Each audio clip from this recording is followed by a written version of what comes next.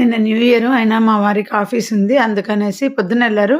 ఇంక సరే 4:30, 5కంతా ఇంటికొచ్చేస్తే ఇంక అప్పటికప్పుడు పిల్లలు కాఫీ తాగుదాము అనేసి మాల్‌కెళ్ళి కాఫీ తాగేసాం. మధ్యాహ్నం లంచ్ ఇంట్లోనే చేస్తామనమాట. ఇక మా వారు లేరు గదా! పిల్లలిద్దరినే పోయి తాగి రాపోండి అన్నా. వాళ్ళు పోతామనుకునే లోపల మా ఆయనొచ్చారు. అందరం కలిసి ఎళ్ళామండి మాల్‌కెళ్ళి. 3 కప్పుల కాఫీ, ఒక పిజ్జా తీసుకుంటే రూ. 1000 అయిపోయింది. ఇగ మేము గూడా చాలా కంట్రోల్‌గా ఉండాలి అని మైండ్‌లో ఫిక్స్ అయినాం బడ్జెట్ విషయంలో. బడ్జెట్ టైట్ వల్ల అంతే గాని బడ్జెట్ పెట్టకూడదని గాదు. సో, అయినా చాలా కష్టపడి ఒక రూ. 250ది పెట్టి పాప షాంపూ బాటిల్స్ ట్రావెలింగ్ కోసమని 3 bottles conditioner, shampoo, body wash వేసుకపోవటానికని అది కొన్నాం. ఒక క్లిప్పు రూ. 100 అంతా కలిపి రూ. 350. ఇంక కష్టపడి అంతే బడ్జెట్‌లో షాపింగ్ చేసాం.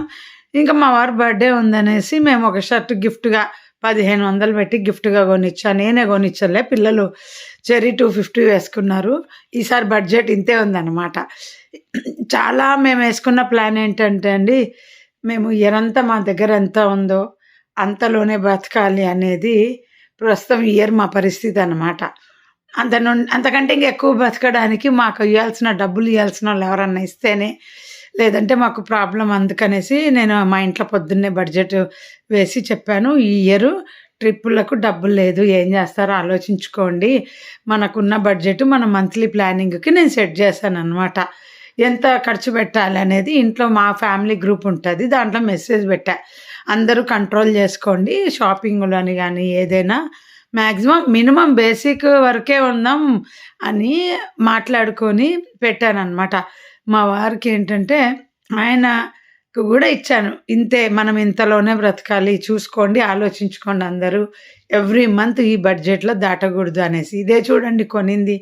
అందరూ బడ్జెట్ యేసుకునే స్తోమత అందరికీ ఉండదు. అవసరం ఉండదు. కానీ కొందరైతే వేసుకోక తప్పదు. మనం నెలలో ఇంతే ఖర్చు పెట్టాలి అని. మనకెవ్వరు అప్పులు చేసి బతకడం మాత్రం దయచేసి ఎవ్వరు కూడా అప్పులు చేయకండి. మీ దగ్గర ఉన్న ఆస్తులను అందరికీ వల వేసి, అప్పులు చేసి చూపిచ్చి, తర్వాత ఆ అప్పులు కట్టలేరు, మీ ఆస్తులు అమ్ముకోలేరు. తర్వాత అప్పులు ఇచ్చినోడికి తిట్లుతో మీరు జీవితమంతా అనుభవించాలి. వాళ్ళు పెట్టే శాపనార్థాలతో. ఇప్పుడు నేను గూడా అందరికీ శాపనార్థాలు పెడుతున్నానండి.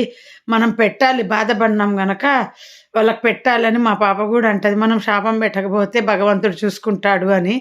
భగవంతుడేంటి చూసుకునేది? ఆయన వాళ్ళకేసే శిక్ష ఆయనేసుకుంటాడేమో గానీ, మనం వాళ్ళకి గూడా మనకు పెట్టిన కష్టం రావాలని మాత్రం నేను కోరుకుంటా.